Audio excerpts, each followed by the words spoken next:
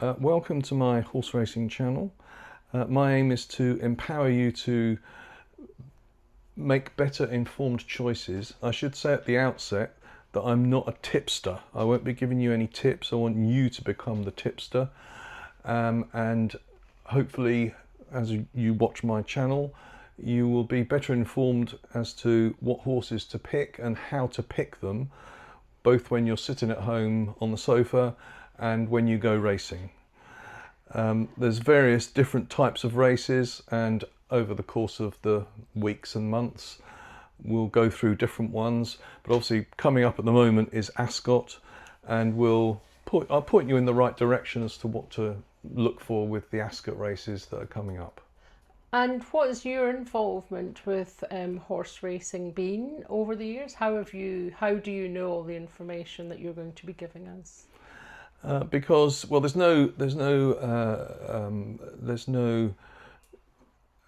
getting away from experience. So I've built up experience over the years. Firstly, with my father, who loved doing horse racing at small stakes, which is what I do, and over the years I've built up a passion for it, the same as he did.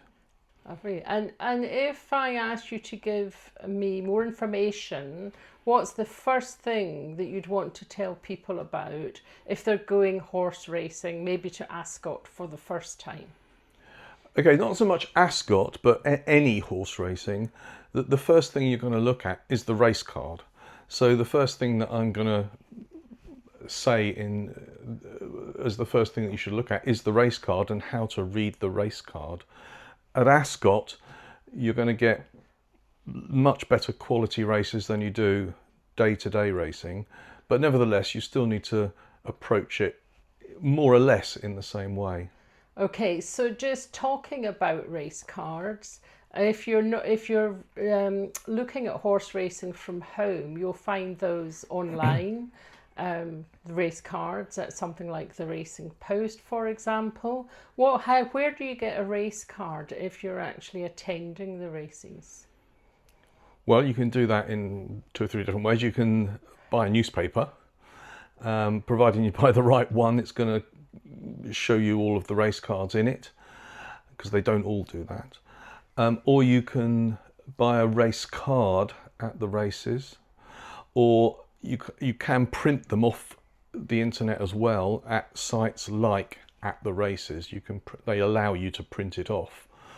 If it was me, I'd be buying a newspaper and ticking them off as I saw fit as to which ones I've chosen in my newspaper. But you can do the same thing with the race card at the races. So if you're just talking about a race card, because you obviously know what a race card is, so I just want to ask, you're looking at the race card when you're at a race meeting is the little booklet that you pick up with all the races in it, each horse, and it shows the jockeys. What other information is it showing, and what's the most important thing out of the race card that you need to understand? I suppose the most important thing out of the race card is the previous form of the horse. And how do you establish that? But in some races there isn't a previous form, but we'll come to that later. So on the race card, you're going to see, the first thing you're going to see on the race card is the location of the race, which, as Ascot's coming up, we'll use Ascot as an example. Okay. So it's going to say Ascot, and it's going to say the time of the race. So the first race is going to be Tuesday at 2:30. It's going to say what the race is, so the title of the race, and it's going to say the distance, and then it's going to say, then it's going to list the horses in race card number. So if the horse is number 1, that's the cloth it's going to wear on its back. And then it's going to say the previous form of the horse, which generally speaking they show you the previous 6 races. Right. Okay. And it's going to say the jockey, who the jockey is, who the trainer is, and it sometimes says in brackets after the horse's name IRE or GER or something, or USA it might say. It just means where the horse was bred. If it doesn't say anything, it was bred in the UK. Okay, that all sounds really useful. So it would be quite handy if you're at a race meeting to have that to carry about with you as a sort of summarised version of all the information that you're going to need to know to make any choices. Just thinking about Ascot, as that's the race that's Royal Ascot, to give it its correct name. What about if you drive to Ascot, for example? Where do you park? And once you've parked, how long does it take you to get to the entrance? Well, I suspect if you're lucky enough to buy the most expensive ticket, you won't have to walk very far. But if you're buying a ticket and you've bought a ticket for the parking in the general area of parking, you have to walk along the high street after you've parked. And roughly how long does that take? I know. Not very long. It's just a few minutes. It's not very far away. Okay. And if you're walking in high heels, is that a practical thing to do? Just asking for the ladies here. I suppose you could take that into account, but if it's raining hard, then it's probably a problem. But if it isn't, then I wouldn't say that it is. Okay, Yeah. so not that long. It's doable, basically. Yeah. Okay, and then you get to the entrance, and is it obvious there where you go based on what ticket you've bought? Yeah, it's always obvious whatever racetrack you go to, because if you can't go in, somebody will stop you.